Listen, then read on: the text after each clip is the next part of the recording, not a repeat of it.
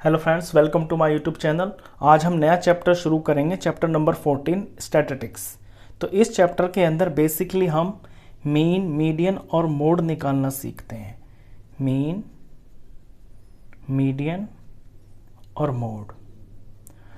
अब ये तीनों चीज़ें हम किसी डाटा की निकालते हैं। कोई डाटा होगा तभी तो हम किसी का मीन, मीडियन, मोड निकाल सकते हैं। तो डाटा जो है वो दो तरह के होते हैं। एक तो होता है अनग्रुप्ड डाटा। अनग्रुप्ड डाटा में कोई ग्रुप नहीं होता। और दूसरा जो डाटा होता है वो होता है ग्रुप्ड डाटा। तो इसमें जो डाटा है वो ग्रुप्ड की फॉर्म में होता है। तो छोटी क्लासेस में आप अनग्रुप्ड डाटा का मीन, मीडियन, मोड निकालना सीख चुके हैं, लेकिन अभी 10th क्लास में आप निकालेंगे ग्रुप्ड डाटा का। तो पहले मीन को समझ लेते हैं कि बेसिकली एक्चुअली मीन क्या होता है। देखिए, मीन का मतलब सिंपली होता है एवरेज, और एवरेज का मतलब होता है, जैसे कि एक एग्जांपल लेते हैं। यहाँ पे मैंने ले लिया कि 5 दोस्त हैं, उनके पास 20 रुपीज़, 10 रुपीज़, 30 रुपीज़ और 50 रुपीज़ और 30 रुपीज़ हैं। इन 5 दोस्तों के पास इतने इतने रुपए हैं। अब ये 5 दोस्त आपस में क्या करेंगे कि अपने सारे पैसे को इकट्ठा करके और आपस में बराबर बांट लेंगे। तो उसी को हम एवरेज बोलते हैं और इसी को बोलते हैं हम मीन। तो किसी चीज़ का पूरा इकट्ठा करके और उसको बराबर बराबर कर लेना, यही मीन कहलाता है। अब अगर इसमें हम मीन का फॉर्मूला निकालें तो मीन का जो फॉर्मूला होता है ये होता है सम ऑफ ऑब्जर्वेशंस, यानी कि कितनी चीज़ें हैं उन सब का सम। जैसे यहाँ पर ये 5 है तो इन सब का सम अपॉन नंबर ऑफ ऑब्जर्वेशंस। तो इन सब को जब प्लस करेंगे हम तो 20 प्लस 10 प्लस 30 प्लस में 50 प्लस में 30 अपॉन में 5, क्योंकि ये 5 है ना, तो 5 से हम डिवाइड करेंगे तो इन सब का सम आ जाएगा 140। इसको 5 से डिवाइड करेंगे तो ये आ गया 28। तो ये 28 रुपीज़ हैं। ये क्वेश्चन रुपीज़ का था ना, मैंने कहा था कि दोस्तों के पास रुपए हैं। तो 5 दोस्तों के पास 140 रुपए हैं और वो उसको सबका इकट्ठा कर लिया, तो 5 जगह बांटेंगे तो 28 सबको मिलेगा। यही होता है मीन। इसके बाद देखते हैं कि मीडियन क्या होता है। देखिए, मीडियन का मतलब होता है, इसके नाम से पता चलता है मिड, यानी मीडियन मतलब जो बिल्कुल बीच में आए। इसे साफ भाषा में अगर मैं लिखूं, यानी जो बिल्कुल बीच में आए। मैं इन 3 नंबरों को उठा लेता हूं। सर, ये जो 5 लिखे हैं मैंने, अब बिल्कुल बीच में आने के लिए आपको जो ऑब्जर्वेशंस दी हुई होती है ना, उनको आपको या तो असेंडिंग ऑर्डर में या फिर डिसेंडिंग ऑर्डर में लिखना होता है। इसी एग्जांपल को ले लेता हूं मैं इनको असेंडिंग ऑर्डर में लिख लेता हूं। असेंडिंग ऑर्डर में सबसे पहले मैंने लिया 10 से बड़ा यहाँ पे फिर 20 है, 20 से बड़ा फिर मेरे को 30 और 32 दिखाई दे रहे हैं, और फिर लास्ट में ये 50 है। तो ये 5 नंबर है। 5 नंबर में जो आपको सबसे बीच में दिखाई देगा ना, वही आपका मीडियन है। अब यहाँ मुझे दिखा कि जो 30 है ये एग्जैक्ट बीच में है। इससे इधर 2 हैं, इसके आगे भी 2 हैं, तो ये इसका मीडियन हो गया। तो इस केस में जो इसका मीडियन बना वो है 30। अब ये जो है ऑब्जर्वेशंस, इनकी जो काउंटिंग है ये ऑड नंबर है, यानी कि ये 5 है। 5 एक ऑड नंबर होता है। तो जब ऑड नंबर होता है तो सेंटर में आपकी एक वैल्यू आती है, वही आपका मीडियन होती है। लेकिन अगर ये इवन नंबर्स होते, यानी कि 5 की जगह फॉर एग्जांपल ये 6 नंबर होते, मैं एक एग्जांपल बना लेता हूँ कि इस 10 में मैं यहाँ पे एक 8 लगा लेता हूँ। 8, 10, 20, 30 और 50। अब तो ये 5 नहीं है, अब ये 6 हो गई। तो इसका मीडियन कितना होगा? अब आप देखेंगे कि यहाँ पे तो कोई एक चीज़ तो बीच में दिखाई नहीं दे रही, बीच में कोई एक चीज़ दिखाई नहीं दे रही। तो इस केस में क्या होता है कि आपके 2 नंबर आते हैं जो बिल्कुल सेंटर में आते हैं। यहाँ से ये 2 चीज़ें रह गई, यहाँ से ये 2 रह गया। तो जब भी आपके ऑब्जर्वेशंस का काउंटिंग इवन नंबर हो तो आपके बिल्कुल सेंटर में 2 नंबर आएंगे। अब 2 मीन तो नहीं हो सकते ना, ये नंबर तो आ गए, ये दोनों मीन नहीं हो सकते। तो इस केस में मीन निकालने के लिए हम क्या करेंगे, इन दोनों का सम कर लेंगे और फिर इसको 2 से डिवाइड कर देंगे, यानी इसका एवरेज निकाल लेंगे। सॉरी, मीन नहीं है, मैं मीडियन निकाल रहा हूं। तो इसका मीडियन निकालने के लिए हम इन दो नंबरों का एवरेज कर लेंगे। तो 20 और 30 बन गया 50, 50/2 यानी कि 25। तो इस केस में जो मीडियन होगा वो 25 होगा। इसके बाद आते हैं मोड पे। मोड का सीधा सा मतलब होता है कि जो सबसे ज्यादा बार आए, कोई भी ऑब्जर्वेशंस आपको दे रखी हो, उनमें जो सबसे ज्यादा बार आए वही आपका मोड है।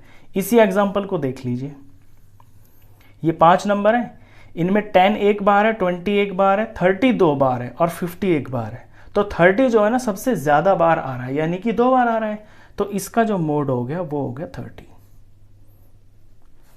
तो ये तो मीन, मीडियन, मोड ये आपने पिछली क्लासेस में किए हुए, मैंने जस्ट इंट्रोडक्शन के तौर पे आपको बताएं ताकि आपका ये रिवीजन हो जाए। अब इनके बीच में एक रिलेशन भी होता है, इनके बीच में, तीनों के बीच में एक रिलेशन होता है कि 3 टाइम्स ऑफ मीडियन बराबर होता है mode plus twice of mean. ये इनमें रिलेशन भी होता है। तो ये जो निकाले हैं ये अनग्रुप्ड डाटा के हैं, लेकिन 10th में आपको करना है ग्रुप्ड डाटा। तो अब ग्रुप डाटा समझ लेते हैं कि ग्रुप्ड डाटा से किस तरह से चीजें निकलती हैं। ये मैंने एक एग्जांपल बनाया है अपने पास से। Marks obtained by 15 students in English out of 50 are given. ये जो मार्क्स हैं, ये नंबर दिए हुए हैं, ये 15 स्टूडेंट्स के मार्क्स हैं इंग्लिश के, और जो एग्जाम है आउट ऑफ 50 में से ये मार्क्स दे रखे हैं। तो पहले बच्चे के 24 मार्क्स हैं, फिर 12 है, फिर 29 है, इसी तरह से करते करते ये 15 बच्चों के मार्क्स दे रखे हैं।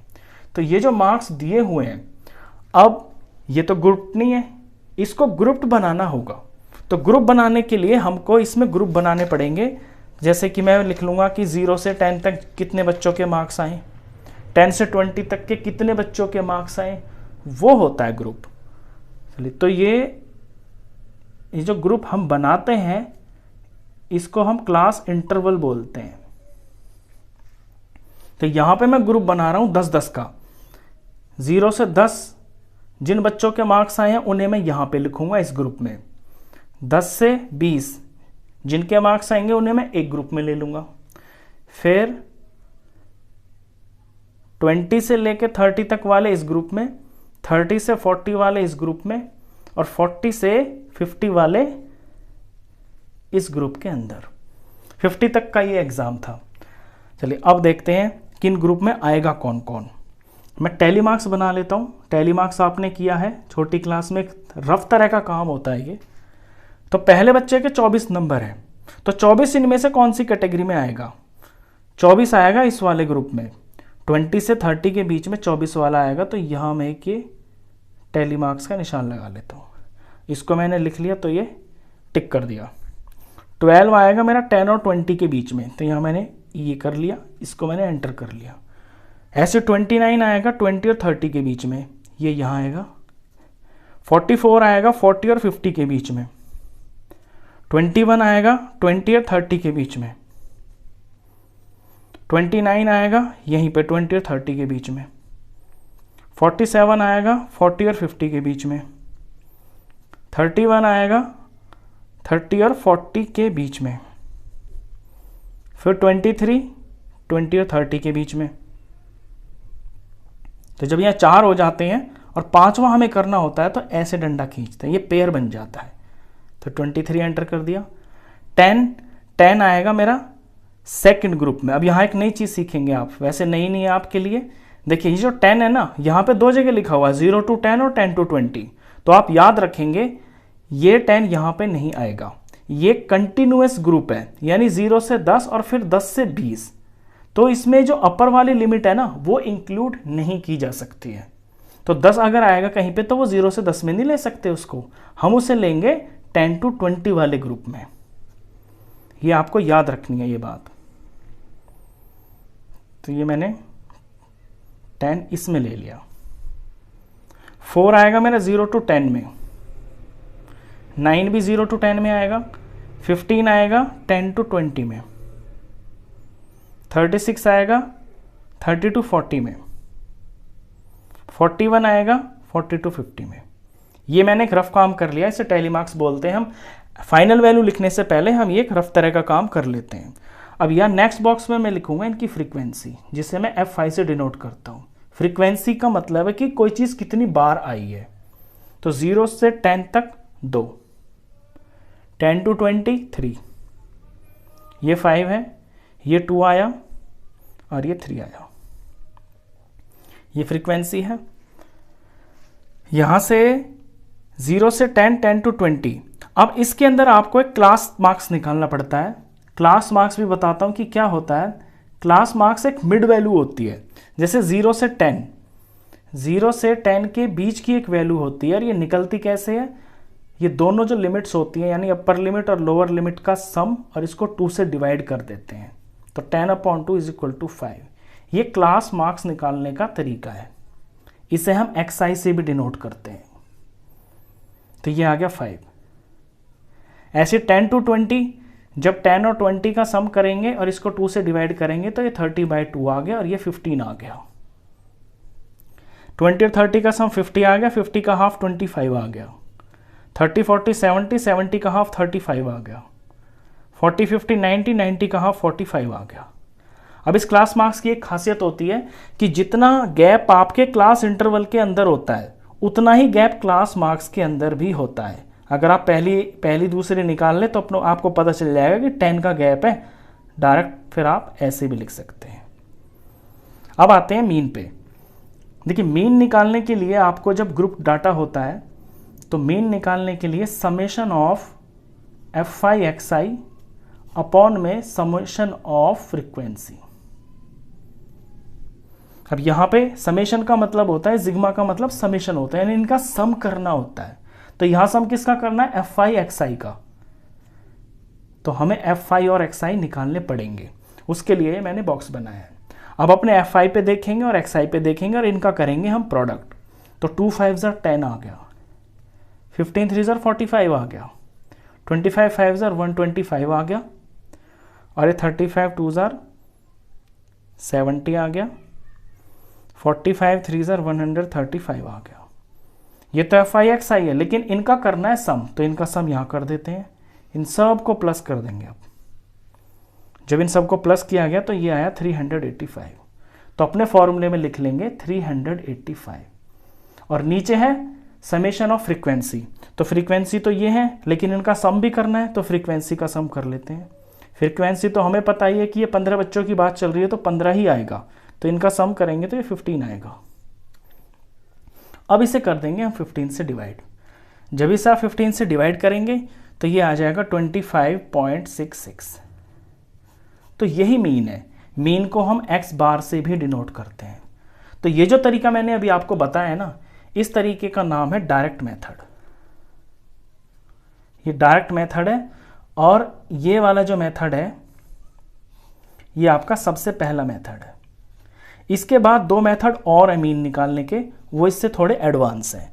एक का नाम है सेकंड वाले का एज्यूम्ड मीन मेथड,